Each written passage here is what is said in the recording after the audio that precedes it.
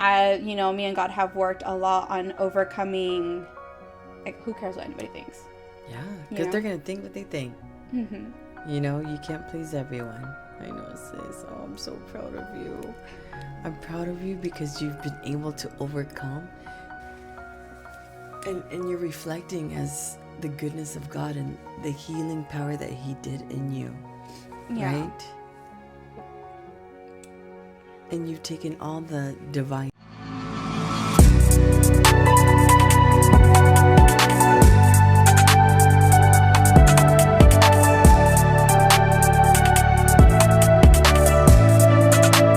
What's up, everyone? Welcome back to Compassion Diaries. Thank you so much. I can't thank you guys enough for tuning in, especially in the season 2. Thank you guys for just taking your time out of your busy days. I understand, our lives are busy. There's a lot going on, but you taking just your time out here, watching each episode, gosh, means so much. Well, today I want to introduce my very special friend, my sister, Jenny. Yay! Thank you so much for having me here. I'm so excited. Feel privileged. Yeah.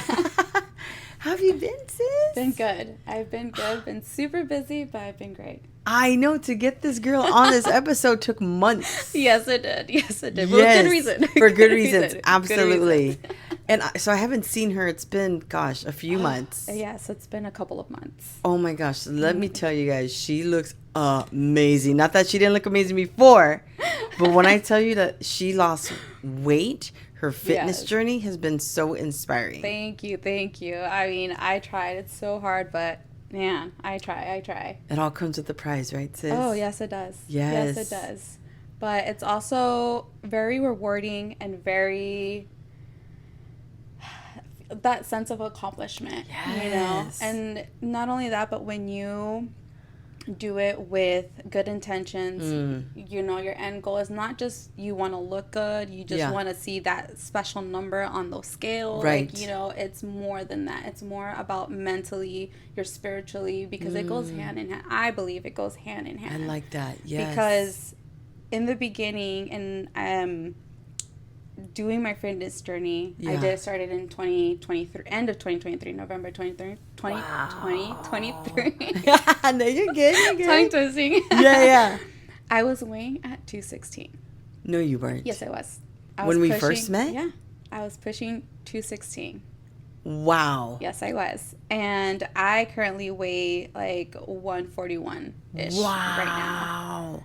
Yes. And it has been a journey. It has been more mental than anything else. Yeah.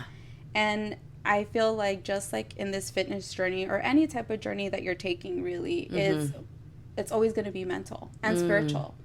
More also like in your faith, in your walk in faith. In the beginning, it's so hard. Okay. It's hard. You're so used to worldly things. You're so used to and accustomed on doing things a certain way. Yeah. In this case, fitness journey, I love food.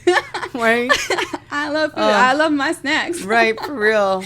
And it's so hard to discipline yourself in the beginning because you don't have it. Same thing with your faith, like going to church, making it a priority, being in your word, everything. Yes. And so I believe it goes hand in hand. I love that. And it was hard, I'm telling you. So what made you at that point in your life, the end of 2023, you said you're over 200 pounds, where you're like, okay, I need to change my lifestyle? So for me, I've always been an athlete, like athletic. Yes. I grew up playing soccer. When I stopped playing soccer because of injuries, that's when I got myself into the gym. I've always loved doing something. As it is, I'm a very hyper person. I can't stay still. As you can tell, I'm like swinging back and forth. I can't stay still. Yeah. You're always you have to do something. I have to do something. Yeah. And my weight has always gone up and down. Growing up, I've always been like little chunky and everything. And I've always struggled with body dysmorphia. Body dysmorphia? Yeah. So I'm never happy with how I look. Got it. And growing up, and especially my younger years, my early, my teens, high school was pretty bad. Even though I look back now, I was like at my skinniest. I was weighing at 110 and I thought that I was fat.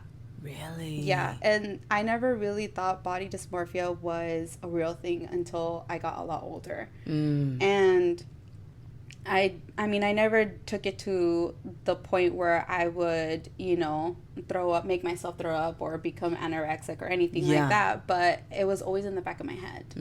And I was never satisfied with how I looked, in the sense where I'm like, people are judging me, or people, like, I cared so much on how people viewed me. Okay. And because I was just never comfortable in my own skin or how I looked. And so that's why I've always worked so hard as well. And when I got pregnant with Emily, I had gained all that weight. Okay. And being a new mom and trying to fit some sort of fitness in there was hard. I didn't know what I was doing. I was a new mom. I had to call my mom a lot for help and everything, and trying to fit all of that in. It was just very difficult. And as time went on, I got heavier and heavier. I ate whatever I could. I tend to like boredom eat or stress eat, like a lot of snacking, things that are not good for me, processed foods, like everything. And gaining weight. And I knew the more that I gained weight, I felt very more disgusted with myself. Got it. And I didn't want to go out. I didn't want to do anything. But it got to the point where I had to do a routine checkup at the doctor's. Which was in November in 2023. Okay. And my blood work came back, and the doctor had told me, your numbers are pre-diabetic. Whoa. And as far as I know, no one in my family has ever done that. I never thought that I would ever reach that point. Yeah. I, at the time, didn't know how much I weighed because I didn't want to look at the scale. Yeah. I already felt big as it is and whatnot. It wouldn't feel good to I see didn't it. want to. I didn't want to see it. Right. So when she had told me that, something in my heart and it sunk. Yeah. And the first thing I thought of was my daughter Emily. Like, that's who I thought of. Like, what kind of example am I setting her? Wow. Like, if I'm not taking care of myself, if I'm not putting in work for myself and trying to be healthy, like, what? Like, to me, it's making her think, oh, it's okay. Like, my mom can do it. I can do it. Right. I'm pushing her to be athletic as well. I'm pushing her to do this and say this, even though I've already lived it, but she has yet to see me do it. Yeah, that's good. So I know the hard work that it takes. I've already been there. I've put in work in the past.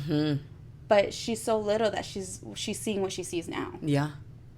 The reality for her is now, not what it was before. Right. And, like, I can show her videos that I have, but what is that going to do? Like, she's going to compare that to, like, okay, you look like this, or you did this work, but you're like this now. Yeah. You're not putting in work now. You're not taking care of yourself now. Yeah. So all of that hit me the moment she told me that. And she said, you're at a place where you can reverse your numbers. Wow. And so that also hit me hard. I was like, okay, well, I have to start now. Yeah. And so I drastically just changed everything, cut out my sugar, cut out carbs. I changed my whole diet. Wow. Was in the gym on what I felt like 24/7. Yeah. And it was grind mode pretty much. Like, that fire in me just kind of lit. And it was hard because, like I said, for me, I'm the type of person, especially when it comes to, like, sports and stuff, like, I want results now. Don't we all? Even Faith is like that. Yes, it really is. It really is. You're like, come on, Lord. It's been 2 minutes. Yeah. Right? It's like, can you just, like, please break this chain right now? Yeah. And we'll be good. Right? Seriously. Yeah. And it was so discouraging at first. It was very discouraging. And because you had those old habits, right? I had those old habits, but the mentality that I had, even more so back then, of the whole body dysmorphia, I had it way worse at that time. Just because I was a lot bigger. And it just, every time I'd go to the gym, every time that I felt like I failed, I felt like I was not progressing, I wasn't seeing change, like, it kept hitting me hard. Okay. And it made me want to not continue. Like, I felt like I was at a point of no return, in a sense. And if it wasn't for my sister, who you work out with a lot. Yeah, I do. Yeah. I'm very close with her, and I work so much with her, and she's been my rock. She's just so amazing. And she's your little sister? Yeah, she's 4 years younger than me. She's my little sister. And she literally, like, not literally, but like, you know, like grabs me and like smacks me in the face, you know, be like, hey, snap out of it. Yes. Like, it's progress. It's not going to happen overnight. Like, get out of your head. Like, you're fine. Good. And she literally brings me back to reality. Wow. And even till this day, like, till this day, there's moments where I'm just like, I just, you know, how I told you before, I went through surgery and had pneumonia. So I didn't do anything for a little over 2 months. Wow. And getting back into that space of being active again, especially after the surgery, the incisions and like everything hurting. Yeah. It was hard. It was hard, and I was getting back in my own head again. And she was like, you look great. Because I felt like I was kind of gaining weight a little bit. Okay. And I was like, again, that body, that thoughts, those thoughts creeping back in. And she will snap me out of it. You look fine. You look great. Like, you're okay. Like, you're fine. We need that in our life, that accountability. Yes. Right? We do need accountability. Yes. And I feel like it goes with anything in life. Oh, yeah. Any goals that you're trying to reach, anything, whether it's fitness, whether it's career, whether it's your faith, you're walking your faith. Like, we need somebody to hold us accountable. And not just hold us accountable, but to also, like, bring us back, because our minds are so quick to jump from this thought to this thought, go from good to bad. Like, our emotions, especially as women. Yeah. I'm pretty sure it happens for men too, but us women, we show it more. Yeah. Yeah, we do. It's harder for us to hide it. Yeah, seriously. So we need somebody to bring us back in, to kind of reel us back in, to not let us spiral out too much. Yes. You know, let us have our moment and whatnot, but hey, okay, bring it back. Yes. You know, like, let's bring it back. And let's keep going and let's keep grinding. So from 2023 up until now, I've just been the gym, and recently started jiu-jitsu at the end of October. Yes. And that helped, cardio and everything. So that's been helping too with my fitness journey.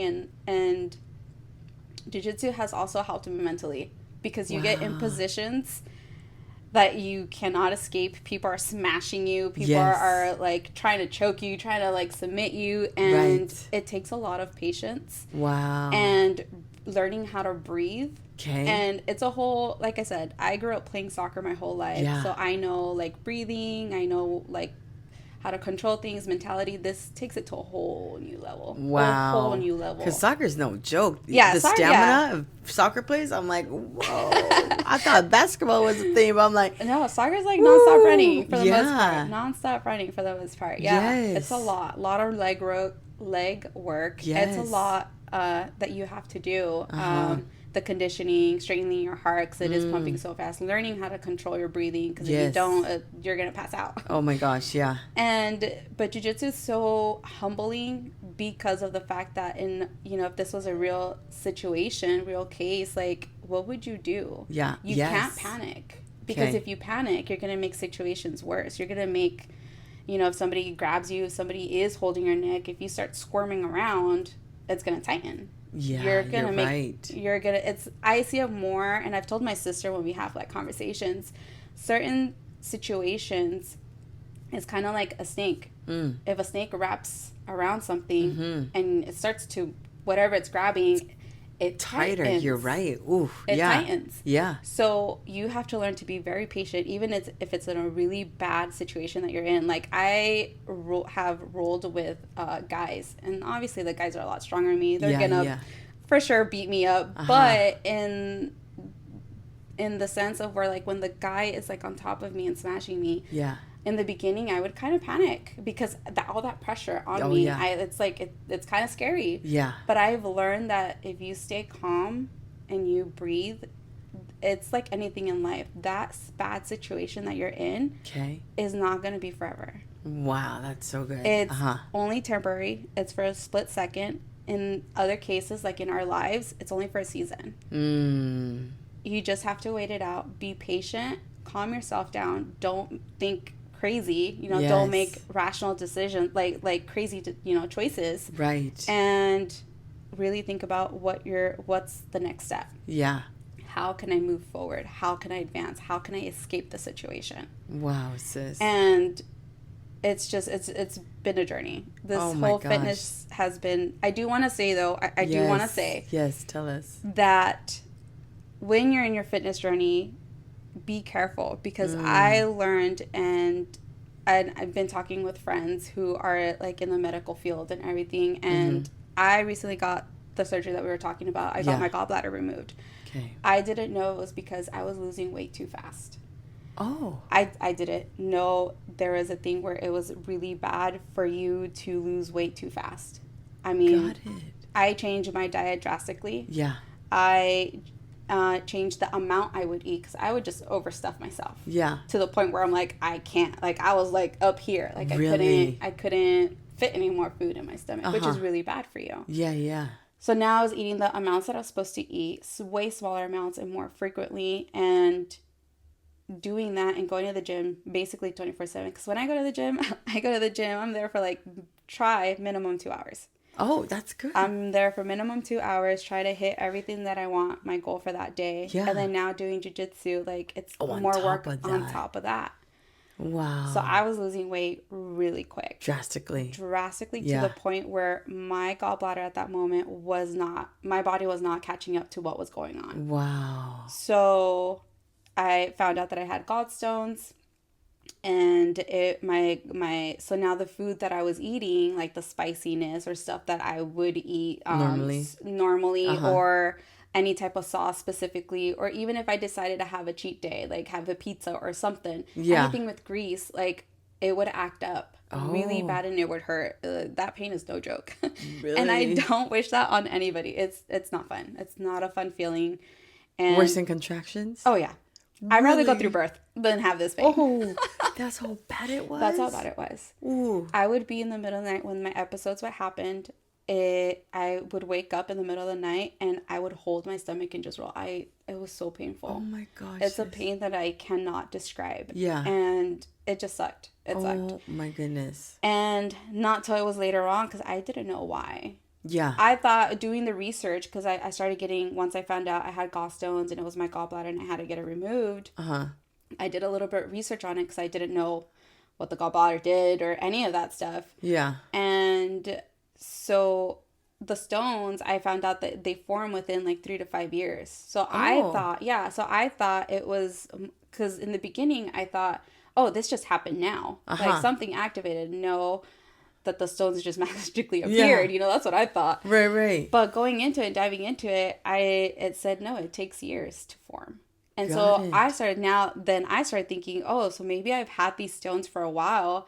Because, I just started my journey in 2023. It was eating my worst. Everything was at my worst during that time. Yeah. During the time that I pretty much gave birth back in 2018 up until 2023. That's a lot of time for me to just eat whatever I want. Yeah. Not, sleep whenever I want. Just not take care of myself. That's a really long time. Yeah. Put my body through that. And so I'm like, okay, now from that past is catching up to me. That's what I thought. That is the case. But it's also the case, the fact that I just dropped so much weight that my gallbladder was just not having it. It couldn't catch up to what I was doing. Wow. So I had to get it removed. So I now like doing the fitness now, even though like if I do want to lose a little bit more weight or just anything, I'm very more mindful now of what I want to accomplish and how fast or how slow do I want to do this. Yes. There's, I guess, a lot of like repercussions when you do things. Who would have known? Yeah, I didn't know. So it was very interesting to find out. Very interesting to find out. Oh my gosh. I'm just thinking of everything that you've been sharing. And, God has a funny way because he works in the supernatural, right? As we know, how you went through that journey with your gallbladder and then how you got sick with pneumonia right after. Yeah. Right. But I based on what God has done in my life too, with me getting sick, I feel like that's a divine interruption for him to get our attention more. I was just telling a friend, we were just talking and he was checking up on me. Okay. And we were having the conversation about what I've been doing during that time. Because during my gallbladder surgery, I was at home for 2 weeks. Yeah. No work. Well, I was working from home at the time, but I wasn't really doing anything, going on walks. I was like my physical therapy. Yeah. And then I got hit with pneumonia, so I wasn't really doing anything. Yeah. And during that time of the struggle of getting out of bed or just being in bed and everything, it's funny that you say that, because I was telling him the same thing, Mm-hmm. that I felt like, even though it's a sucky situation of getting surgery and having gone through all of that, like, Mm-hmm. I know that God does not do things just because. Right. There is a purpose for it. Oh, yeah. And I know before that, what I felt was like on a mission. Wow. You know, I had just finished my first jiu-jitsu competition. I was training like crazy. Mm-hmm. I minimized my time at church to be able to train, to prepare myself for the competition. Okay. I was just boom, boom, boom, boom, boom on the go. Okay. Like, I was on the go. Wow. Like, look at that. Look at that. And I felt at that time being stuck in my bed, especially with the pneumonia, because in pneumonia too, I was completely on bed rest. I had to be on bed rest for a whole week. Mm-hmm. Only time I had to get up out of bed was to go eat and to use the restroom, or go to take a shower and come back. And that was very hard for you, for someone that needs to keep busy. It was very hard. Okay. Very hard. I'm also the type of person that I don't like being too much alone. Like, I like being out and about. I like being outside. I like being around people. Yeah, yeah. And just being by myself I felt weird. It's not my safe place. It's not my safe place. Yeah. But I felt during those 2 times, the first time after the surgery, and then the second time with the pneumonia, where God's like, this is me and you time. Like, we need to sit down and we need to have a conversation. Wow. Because after and I was telling my friend, because it's so funny that sometimes the conversations that I have with God, I swear. Yeah. Keep it real, right? Yeah. He already knows our thoughts. Oh, yeah. 100%. 100%. Because I was counting after my surgery. I was getting back into reading my Bible. I obviously had to slow down. Yes. I was forced to slow down. Forced. Yep. Talking was too much for me. I literally had to, like, this much talking, I would have been out of breath and my stomach would have been hurting. Wow. Like, I couldn't do it. Okay. I couldn't do it. So just being quiet, being still, all the things that is very hard for me to do, I had to do. And I was getting back in my word. I was getting back into my Bible and just praying and everything, getting, like, kind of reeling myself back in, right? Slowing everything down. 'Cause at the time I was forced to, but then I started realizing, like, this is what he wants. And the moment I got closer, I was literally marking down the days. Oh, okay, 6 weeks to full recovery, 6 weeks till I'm back in the gym, 6 weeks until probably a little bit more than 6 weeks to get back on the mat for jiu-jitsu. Like, I was counting down the time. Wow. Where I was like, when can I get back out there? Yeah. And even though I had that in my head, I was still in my prayer and, you know. Yeah. But I felt, which is sucky, you know, everything that happens sucks for us at that moment. And it's like, why? Why are you doing this to me? Why now? You know, like, I've been on a good run. I've been on a good pace, making great progress. Yeah. Why now? Yeah. When the 6-week mark happened and I got cleared to go to the gym. Okay. And when I got cleared to go back to jiu-jitsu. Okay. I was so ready to step on everything. On that mat, yeah. On the mat and step into the gym. I was so back. Okay. And I got hit with pneumonia. Well, I didn't know that I had pneumonia at the time, but I got sick. Wow. I did not know that. Mm-hmm. Wow. So God was like, all right, you counting down the 6 weeks? Yeah, okay. I felt, I literally felt like he's like, no. Like, the whole purpose of me being by myself and having time, one-on-one time with him during the recovery of the surgery, I felt like, I know now that it wasn't enough for him. Not that it wasn't enough, but I didn't not understand, but I wasn't processing, like, hey, yes, you need to slow down and you need to reevaluate your life. Yeah. Reevaluate how fast you're going, yeah, how hard you're going. Like, reevaluate all of this. Yeah. Like, you just took time away from church. You just took away time from this to be able to train. Like, I felt like the conversations when I had pneumonia, especially that week that I was on bed rest, it was more so like, it's fine. I, like, literally, like, if I was talking, because he is my father, I was talking, and I felt like I was getting scolded. I was like, so how longer were you out? I was out for another, like, probably month. Because I was out for 6 weeks. So it's like, what, a month and a half? Probably a month and a half. Yeah. I was out for another month. Wow. I was out for another whole month. Wow. Because even though after doing my treatment for pneumonia, like, I couldn't breathe. I was still coughing. Yeah. I walking was hard. Talking was so hard. My voice was still gone. It took a month to recover my voice. It was crazy. Goodness. When I would cough, I was still coughing up, like, the phlegm, like, whatever liquid was in my lungs. I was still coughing it out. Yeah. So I couldn't. I eat as much as I wanted to. No gym, no jiu-jitsu for, like, 2.5 months, if that. Wow. Nothing. And I felt like it was very... it was like a fasting.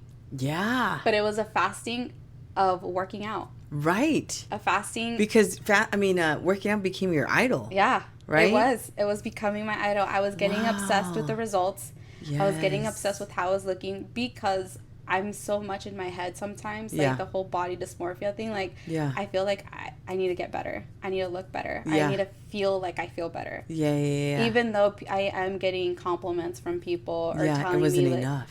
To me, it wasn't enough. Wow. And I felt like during that time, the 2.5 months, the first month, obviously I didn't take it very serious, even though I was having those conversations with God. Yeah. He was like, no, like, here, you're not, like, you want to go back, you're so eager to go back. He hits me with pneumonia. Here you go. Like, you're not learning your lesson. Right. Like, you're not learning your lesson. We're stubborn, huh? I am. I'm very stubborn. And sometimes it takes more than one thing for me to be able to, like, understand fully what he's trying to communicate to me. Wow. So now that I've gotten better, now that I'm back at the gym and back at jiu-jitsu, like, it's... How do you balance that now? Learning from that season what God was, teaching you. I've learned to... It's okay. Because I would feel really bad. I would feel some type of way if I were to miss the gym. If I were to miss a class in jiu-jitsu. I felt like I was letting myself down. I just felt some, like, disappointment all around. Yeah. I felt like if I don't do this, then I'm not going to get to where I'm going. Right. And during that season, I learned it's okay to miss. Yeah. Because it's great that you're eating great. Yeah. Good, staying healthy. Yeah. Being active. Yeah. But rest. Yes. Rest. Yes. And that's hard for you to do. That is very hard for me to do. Very hard for me to do. But I've learned it is okay to rest. Like, yesterday I went to work. Uh-huh. I had an appointment at the DMV. Mm-hmm. I had another appointment that I had to get to. Uh-huh. And usually I go to see my daughter to her jiu-jitsu class. I go to my jiu-jitsu class and I go to the gym. Uh-huh. I didn't go to no classes. I even missed hers just because the time conflicted. But I missed hers. Uh-huh. Didn't go to mine. Didn't go to the gym. I went home and I went to sleep. I slept for more than 10 hours. Wow. I feel so rested and I feel so great. Good. And like I was telling you earlier, I don't sleep. Yeah, you were saying that. You only sleep for like 4 hours a day? I sleep between 4 to 5 hours a day, which is not good. And I know that it's not good. Because we need at least, 8? There's days at 8. I wish I can get 8. Even if I were to minimize, like, okay, sacrifice one. Yeah. Either go to the gym or go to jiu-jitsu, but don't do both. Okay. Even if I were to do that, I still get home not at a decent time. Got it. And because of the time that I have to wake up for work, it's still not a full 8 hours. Okay. It is a little longer. Yeah, it's probably maybe 5 to 6. Uh-huh. Maybe 7 hours, which is still better than 4. Yeah. But now I'm in the season where it's okay to miss a class. It's okay to skip the gym. Yeah, see, it's okay to... I wanted to go to the gym today. Yeah. I wanted to hit jiu-jitsu today. Uh-huh. I was like, I'm only going to go to jiu-jitsu. Okay. So I skipped the gym. Yeah. And so it's very hard for me to do that. But like anything, the more you do it, the easier it becomes. Okay, good. The more you practice becomes a behavior. Yes. And that's like anything that you do in life. It's breaking a habit. Yep. Same thing with your faith. Yes. Breaking old habits, creating new ones. Yes. Getting in your word, getting in your prayer. Yeah. Surrounding yourself with different people than what you used to. Yes. Same thing. Yep. Changing your mentality, how you think, how you respond. Oh, that's so everything. good, sis. Yeah. Wow, that's so beautiful what God has done in and through you. Thank you. It's been a journey. It's even before then, even before 2023, it's been a journey. My life, I feel like it's been one thing after another, and I just thank God for it, because I know that He wouldn't give us things that we can't handle. That's right. Yeah. And even though we ask the why questions, even though we, at that moment, it feels like it's not fair. Mm-hmm. Why am I going through this? Why is this happening to me? Like, why? There is a purpose for everything, Amen. Even for the long run. We don't see it now. Yeah. We'll see it eventually. Yeah. There's a lot of things that happened to me in the past that I've gone through that I didn't understand, not until now. Got and it. It's prepared me, because it's prepared me for things that I've coming to now, the new challenges that I'm facing now. Mm-hmm. It's like, okay, I've either been through this or something similar to this. I know how to react and how to move accordingly. Yes. And okay, now I know how to be in a better situation, not just for me, but for my daughter. Like, it's has taught me to be more patient with her, more. Even though I'm stubborn, like, she's stubborn too. Is she? So, yeah, just a little bit. Yeah, she's what is it? When they say the apple doesn't fall too far from the tree. So it's like, okay. So it's like, okay, I know I'm stubborn, so I'm trying to think, what would help me? Like, what have I learned to help my stubbornness? Okay. To help me, like, not be so stubborn and to listen. And then I'm like, well, she is kind of like a mini-me. Like, how do let me apply that to her? Yeah. Even though we're obviously slightly different, like, I learned to adapt. Just like anything in life, we learn to adapt. Yes. I adapt to her and her needs, and for her, it's a lot of communication. Oh. A lot of communication. Just explaining things to her, for her to understand. For her to understand. She's very mature for her age. How old is she now? She's 7. She just turned 7. Oh my God. I know. That's her birthday. I saw you post that. She's growing up way too fast. Oh. And it's just been a journey, and just seeing her, and she's pushed me in the beginning. She's so funny. Kids are so funny. The things they teach us, huh? The things they teach us, and the honesty. Their honesty. Their honesty. It's like a stab to the heart sometimes. I know. Mm-hmm. Because during the time in 2023, 2024, like, during my biggest, where I was at my biggest. Yeah. She would tell me, we would go to the gym where I didn't feel motivated. I didn't have my sister, and she would tell me, like, I want to go to the gym. She goes to the kids club. She wants to go have fun. She wants to go play and see her friends. And if I told her no, I didn't feel like going to the gym, she would throw a fit. And that would make me go. Like, okay, fine, I'll take you. But it would force me to go to the gym and take her. Right. And not that I'm saying, like, I was giving into her throwing a fit, but I knew that I was like, no, she's right. Like, I should be, like, I'm going to take her so she can have her moment. And then your moment? I have my moment. Yeah. It gets me in there as well. And sometimes we'll come out and she'll, during that time, she'll be like, your stomach's pretty big. Oh my gosh, how honest they are. She's so honest. And it's so innocent, though. It's I know. So innocent. You can't get mad. All, you can do is laugh. Like, I know. You're right. Yeah. You know what? You're right. Let's go back to the gym. Let's seriously. I've had little kids ask me before I was pregnant, like, do you have a baby in there? And I just had a panza. Yeah. Oh my gosh. Same thing. I would get asked too, or, and it's like, it's kind of crazy. Yeah. And they're so honest. And now, she looks at the transition, and which I also like and am grateful, and I thank God for, because even though it was a very difficult journey for me in the beginning, more mentally than anything, the physical part was not that hard, because I was used to it. I know how much it takes to, put in work and to do things, to accomplish things. I know that part. Yeah. It's the mental part for me. It's the mental.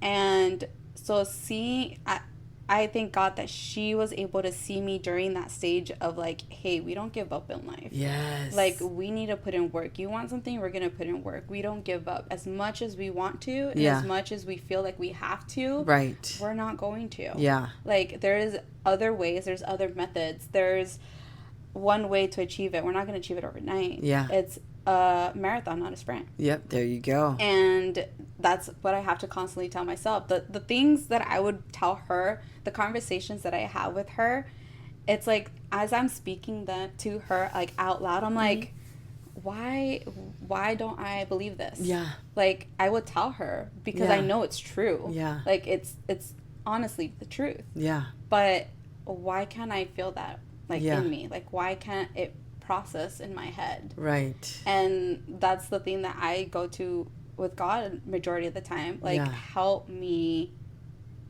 ease my mind. Yes, like, that's good. Help me control my thoughts. Like, don't let me spiral out. Like, we've been here before. Yep. We've done this dance before. Yep. Like, how, like, I know what to do, but I don't know why it's so difficult for me to, like, why do I give pushback? A lot of people do. Yeah, a lot of people go through those lies, sis. Yeah. A lot of people go through imposter syndrome, too. Mm-hmm. That self-doubt, yes. Right? Mm-hmm. Gosh. And so what do you do now that you've grown in your walk, in your faith, to, equip yourself to fight against, like, what's your ammunition with these thoughts? Before, it was difficult because just the way I grew up and just my life journey. Did you grow up as a Christian? Were you saved at a young age? I grew up as a Catholic. Okay, got it. Yeah, we grew up a Catholic and, memorized all the verses and memorized all the stuff. And, but there was no relationship with the Lord, No relationship. Right? I would fall asleep in Mass. Yeah, I know. I would fall asleep. Yeah. There's just, I never, like, I knew of God. Yeah. I knew God's real. Yeah. And then there was a woman in my mom's job that was telling her about Patria. Back then, it was ALFC. Yeah. And this was when they were in Utica. This was a long time ago. Mm-hmm. Okay. Long time ago. My mom kept saying no, and she kept insisting, and I said, just go to one. And if you don't like it, I'll leave you alone, Because my mom, she's very big. She's very big on her faith, very big on believing God. And so her friend saw that, and she was like, come to my church, My mom said, finally, okay, I'll go, but I'm going to go without my kids because I want to check it out first. So she went out. She loved it. So that following Sunday afterwards, she took us. Wow. And I remember sitting down, and we were sitting in the back because I told her I didn't want to sit in the front. Yeah. I sat in the back. And I don't remember the message. It was Pastor Diego, and I don't remember the message that he said, to be honest. Yeah. At the time, I was late teens. I was going into my 20s. It was a long time ago. And I just remember when Pastor Diego was talking, I had tunnel vision. Did you? Everything, my surroundings went black. And I felt like he was talking to me directly. Yeah. I felt like he was looking into my life. Wow. And my thoughts. In my heart. And is speaking to me. And I remember thinking to myself and looking at my mom, like, where did you bring me? Right. How does this guy know? How does this man, know what I'm thinking, what I'm going through, what I've gone through? Like, how does he know? Yeah. And I've never connected with a pastor with any type of church or anything like that. Like, I've never connected with anybody that was like, dang, he gets me. He understands me. Yeah. And since then, we never looked back. We stayed within the church. Yeah. And we went for a long time. And then as we got older, it was, sports and being into sports and everything, going to school, going to college. Yeah. It was 1 foot in, 1 foot out. Always 1 foot in, 1 foot out. Yeah. And then it became where they moved over to the Rancho location now. Yeah. And it was still going. I would go whenever I could. Whenever I was like, okay, I'm going to go. But always 1 foot in and still living the world stuff. We've all been there, yeah. But I knew, I've always had God in my heart. I know that I would, pray. Yeah. But never truly 100% in. It wasn't until... so with all of that journey, I've never been to the one to answer your question that I've never been the type of person to really open up to anybody because the times that I have had in the past, I've never felt like what I was saying or what I was feeling was valid. And that made me close up. That made me like, what's the point of me sharing my thoughts? What's the point of me sharing what's bothering me? What's the point of me trying to do life with anybody? Yeah. And the moments that I felt like I could trust somebody or I can bring some sort of topic, my thoughts, would come back. Yeah. It would always be brought like, oh, you're fine, or just brush it off. Or it was never really like somebody sitting down and really talking to me about it. Right. And at the time, growing up, my sister was too young. I didn't want to burden her with that stuff. Uh-huh. Now I bust into her room and just like, hey, we're going to have a talking session. Yeah. You're old enough. Right. You get it now. You get it now. Yeah. But at the time, it was very difficult. So I never really... So you internalized a lot of things. Yeah. You kept it in. Yes. Wow. Really, so much. And it wasn't until she left for the Army that hit me hard. I was like, dang, I have no friends. I was like, I literally just talked to her and hang out with her, and I really didn't have friends. And that's when I got involved more with the church. Yeah. And I think that's where we met, right? Through the neighborhood groups. Yes, that's when I dove in. At the time, I was with the person, my ex, my last relationship. Yes. I was with him. And we both decided during that time, like, we need to go back. So we went back to church. And during that time, I felt just like how I went with the working out and everything. I went full force. I went all in. Yeah. I dove in. Like, that's what I did. Yeah. And he didn't. So we grew apart. Got it.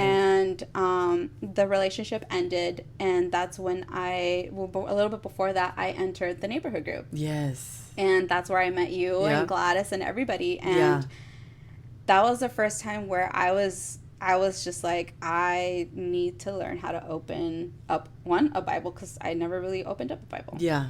And so I bought one. It was brand new. Like, I'm pretty sure you heard the crisp when I opened it that first day. Yeah. Uh-huh. And I just remember that first book was the Book of James, and that one hit me hard. That was the season we did, right, for the summer? Yeah. It was 6 weeks. Oh, man, the Book of James. Yes. It was like peeling an onion, right? Yes. And it was just like, I just felt like I was getting hit a lot of things all at once. Wow. But I felt like it was so good for me because just the space that you guys created during that time, and still now, the space that it's creating, everybody sharing, because my thing was, I don't like really talking for the same reason, because I feel like I get shut down, I get nervous. What if my thoughts start, to come in? People judge you. People are judging me. People are going to think I'm crazy. People are going to think I'm dumb. People are going to think this or that, And it wasn't until I started noticing that a lot of the women there, and even though it was their first group, just like me, are their first time opening up their Bible, just like me. Yeah. Like, I'm not alone. There was other women like that,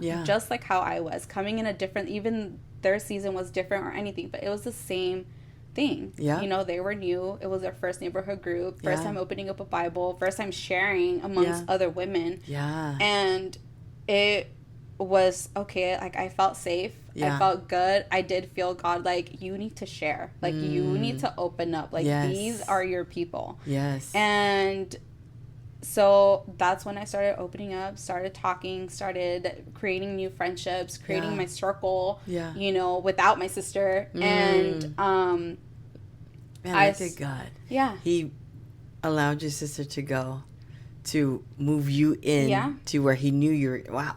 I'm just like, wow, blown away. I knew my last relationship, I knew it was going to end. Okay. Just diving into church and the way I was going, and not only that, but the prayer life that I had built during that time and the conversations that I was having with God, he was giving me a sense of peace that I knew it was going to end. And when it did, it wasn't like my past relationships where I would break down and cry, the ugly crying, and, eating ice cream. Yep. No, it was very peaceful. It was very fine. Like, wow. I felt like I knew this moment was coming. Yeah. And it just allowed me to fully more invest. I ended up starting to serve within the church. Wow. And where you're at now in production? Yes, right now with the photography team. Yes. I allowed me to do that and create more and stronger relationships with the women in the neighborhood group and just getting to know people.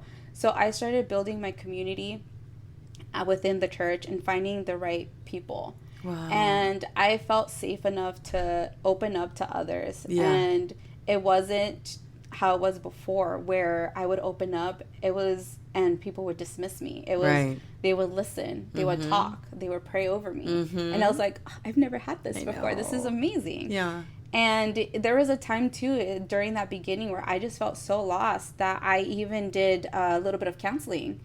and I did it with Pastor Sharon. Okay. But right before she left, before she retired, Uh-huh. I had her, and she was absolutely amazing. And she helped me so much open up and just help me with everything, and just letting me know that it's okay. Yes. And yeah. And then so now how I navigate things when these thoughts come in, I am not afraid to speak up. Okay, good. So now I have my group of people, my inner circle, who I communicate with, who I open up with, who I know that I can depend on and trust, and reach out to them like, hey, I'm having these thoughts. Hey, I'm feeling some type of way. Yeah. Like, can you pray for me? Yeah. Just cover me in prayer. Yeah. And then my sister too. It's funny because I have my group of people over, like, if I know I need it very strong and straight to the point, I go to my sister. She won't sugarcoat anything. She just tells me how it is, even if it hurts my feelings. And sometimes, like, I feel like we do need that. Like, that, like, shake you, snap you out out of it. Yeah. You know what I mean? Yeah. And then we have those moments where we need somebody to really, embrace and encourage you. Yes. Yeah. Embrace, encourage, be gentle with it, not so aggressive, and just more like, let's think this out. Yes. Let's get to the root of it. The balancing of that is good. Yeah, I agree. Yeah. So that's how I navigate it now. Like, when I do have those thoughts that come in, I still have my prayers when I go to work in the morning. Good. I, talk with God one-on-one and just talk to him like how I'm talking to you, just a whole conversation. That's it. And, I have the conversations with my sister, with my friends, and just everybody. And it's so good because I've built my own community within the jiu-jitsu too. And it's I love that. Sharing stuff with them too. Yeah. Building my circle there, it's been amazing. Oh, praise God! It's been amazing to see that there are people who go to church there too. Not ours, but they do. They go to church. They have their faith. Oh yeah. And it's so welcoming when we do have conversations about our faith or testimonies or anything what's going on. Yeah. That community is so, like, non-judgmental. It's so great. It's so good. Opening, and I think that's why I like dove into it so fast, and why I have such a passion for it and to learn, because it's just the community that it is. It's so different than, like, the soccer community, like, growing up. It's so different. I'm sure. So different than any type of community that I've been in the sports sports area. So that's more so how I navigate now. Is just, I'm not afraid to open up anymore. I'm not afraid to just say what's out there. And me and God have worked a lot on overcoming, like, who cares what anybody thinks? Yeah, because they're going to think what they think. Mm-hmm. You can't please everyone. I know, sis. Oh, I'm so proud of you. I'm proud of you because you've been able to overcome. I didn't even realize it too. No, it's okay. It's okay. No, I am so sorry. No, you're fine. Thank you. Of course. I'm just an emotional person. No, we all are, right? And you're reflecting as the goodness of God and the healing power that He did in you, right? And you've taken all the divine steps, and He knew what you needed even before you even thought of it. Yeah. Right? And, we mentioned earlier, like, how you've encouraged non-family members like me in your community, just watching your fitness story compared to, like, our own families who might say, like, well, why are you doing that and stuff, right? Yeah, that's what I was telling you earlier, that, I post a lot on my social media, my stories. I post. It feeds into us. And I didn't know. I didn't know that until I stopped, because there was a time where, people would tell me, like, you post your whole life on there. You post too much. And it just, those thoughts. Yeah, those thoughts. They just came in. So I'm like, you know what? I'm going to stop. Yeah. Within a week or two, like, I started having people reaching out to me, making sure that I was okay. Yeah, see? Saying, like, hey, is everything fine? Like, are you okay? Are you alive? We haven't seen a post. Yeah. And then I would tell them, I was like, oh, I think I'm taking a break. Like, I feel like I post too much. Like, no, like, don't stop. Like, you're so motivating. Yeah, just seeing you makes me want to do this and this. Like, knowing that it's, like, it's possible. See? And to me, it's like, oh, I didn't know people, like, really pay attention. Oh, yeah. And it's like, oh, okay. Yeah, you speak through people, through social media. That's what everyone's on right now, social media. Yeah, that's the whole thing right now. Yes. Mm-hmm. And, Gosh, and I'm looking back at like just my faith journey, the lies of the enemy. Mm-hmm. But praise God for sending your friends to you, encouraging you to get back up. Yeah. And you pouring into them, which got you motivated again. Yeah. Right. And it goes back to what I was saying before was, just working through, like, I don't care what anybody thinks now. Like, it's me, my thoughts. It's just between me and God. That's it. He's probably the only person that don't get me wrong. I still have those. Like, I still have those moments where, like, oh, I don't want to do this because what if, like, this person, flesh. Yes. Absolutely. But for the most part, I get over it fairly quickly. Like, it takes me a minute, but I'll get over it. I'll be like, why does it matter? Yeah. Why does it matter what anybody thinks? Right. Like, at the end of the day, it's your life. Yeah. At the end of the day, it's your relationship with your, with God. Yeah. And it's, like, your kids, like, it's whatever, it's your journey. Everybody's different. That's it. Everybody's Remember, different. Jesus reminded us that in this world we will have trials and tribulations, but he's overcome all that. Mm-hmm. And he's reminded us that if they hated him, they will hate us too. Mm-hmm. Right? Believers during his days when he was here on earth were hating on him. Yes. Right? Yeah. Mocking him and all of that. Mm-hmm. Right, sis? So I've learned that too. Like, I can't please everyone. Yeah. Mm-hmm. And that's the thing that's also been, like, very difficult for me. Yeah. Not so much now. Yeah. I've come a long way. During my fitness journey and my faith journey literally went hand in hand. Yeah. And now, like, before, I would be really big on pleasing people. Yeah.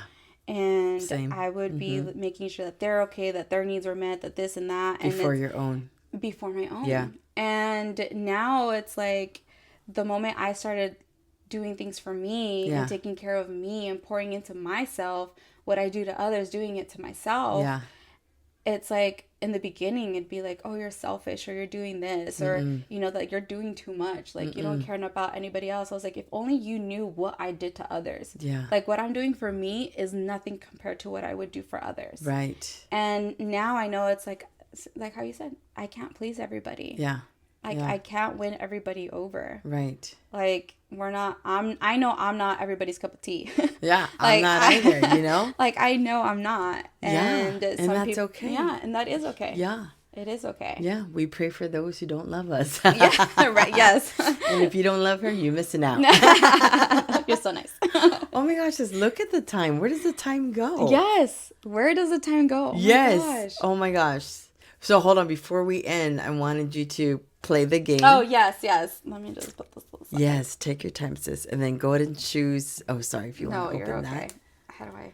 We could talk all day, but... Oh, yes, we can. And I could listen all day. All right, so just pick anybody? Yeah, any color, any card. Okay, well, I'm going to pick a green one because the favorite color is green. Oh, is it green? It Good is. to know. Let's see.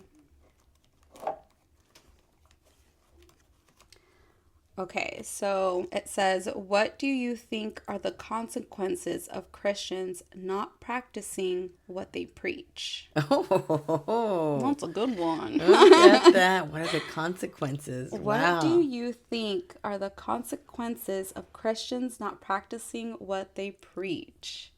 That was a great question. Wow. Okay. There's a lot. I feel like there's a lot. Yeah. The main thing that comes to mind reading this question is you will lose people. I feel like obviously as Christians, we go out, we meet new people, we talk about our, we share our testimonies, we talk about God, we talk about faith, and we try to win souls over. We try to win people over, invite them to church.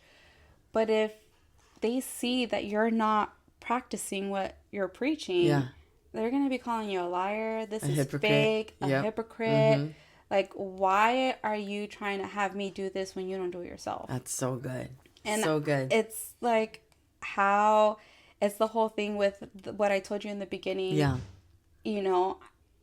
I'm telling Emily, my daughter, telling her, hey, you need to push hard. You need to train. You need to do this. You need to do that. But I wasn't doing it. Yeah. Yeah. Like, why am I going to do it and you're not going to do it? Right. So I feel like that's one of the biggest consequences is you're going to be looked at differently. Yeah. For sure. Yeah. 2, you're going to lose people. Yeah. 3, they're not going to believe what you're saying. Yeah. You know, you lose your credibility. Oh, yeah, You know, you're not, you know, what you say now, your word is not going to mean anything. Yeah. Yeah. You know, you start to lose a whole lot if you're not pretty much, practicing what you're preaching. Yeah. Yeah, what's that saying? Like, walk the talk, don't talk the walk. Something like that, right? Yeah. Yeah, right? Yeah. Or tell someone you're a Christian without telling them you're a Christian. Yes. Yeah. Right? Yeah, because the way you walk will say everything. Yes. And people are watching. Actions speak louder than words. There you go. Words hurt. Words can be encouraging. Words can definitely hit a nerve. Yeah. It can definitely change your emotions. Yeah. Can do a lot. But your action says so much more. Yeah, agree. So much more. Agree. Yeah. Oh, that's so good. What a great answer. Oh, thank you. I love that. I was so nervous for this. No, I know everyone. I'm like, this is like the fun part that we started in season 2. That's great. This is great. It really makes you think. It does, right? Because you don't know what question you're going to pull out. Yeah. Yeah, and you're going to have to think on your spot, be on your toes. Yeah. I love that. Yes. I love to challenge people. Last but not least is, what does compassion mean to you? Compassion to me means, what comes to mind at first means being there for somebody. It's being a safe place for someone.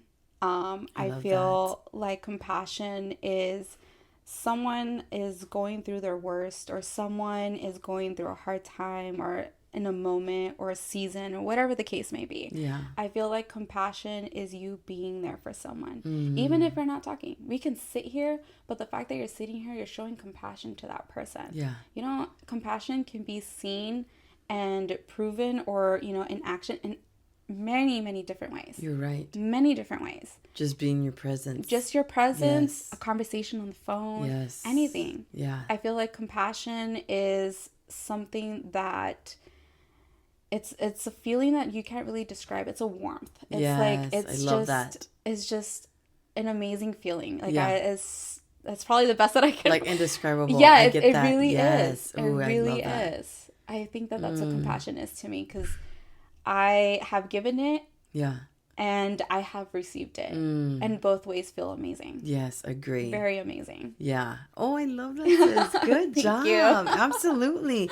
I wanted to remind you too, sis, in Psalm 18:35, it says, "Your right hand upholds me, and your gentleness makes me great."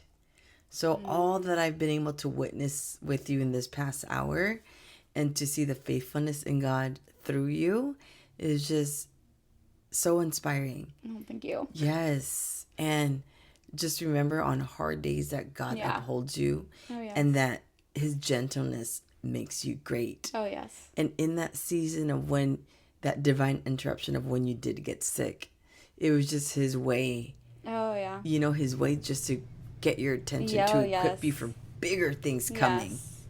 Yes. So thank you for your obedience. Keep doing you, boo, because you are so inspiring. You look amazing. Thank you. Yes. Thank you. Is there anything else, any wrapping words you want to say out there to our listeners? Just be you. At the end of the day, that's all you have, you and God. Just be you. Yes. Don't be afraid to take that step, whether it's fitness, whether it's your work, whether it's opening up your own business, anything. Whatever it is. Don't be afraid to take the first step. Don't be afraid to take the step, and the following ones, because it will get hard in the beginning. It is very hard. You will have seasons that is very difficult. Yeah. But don't give up. Don't ever give up, and surround yourself with amazing people who will keep you accountable. Yes. I love that. We need our community. Without our community, we do. I don't know where we would be. I love that, sis. Awesome. Well, thank you so much for giving me your time today. Thank you for having me. Thank you so much for having me. I feel so honored. Yes. Well, thank you. I feel honored because we live busy lives, right? Yes. And you gave me an hour of your day. I will give you more. We can sit here and talk all day. I know we can. Us women, man. We love to talk and listen. Yes, we do. I know I do. Yes. So thank you guys for tuning in. If Jenny's story has blessed you, please share it with others. Don't forget to like and subscribe. Leave any comments out there. Please, encouragement, prayer, all of that goes such a long way. Yes. God bless you guys. We love you guys. And remember that God is faithful. And God bless. Yes. Bye.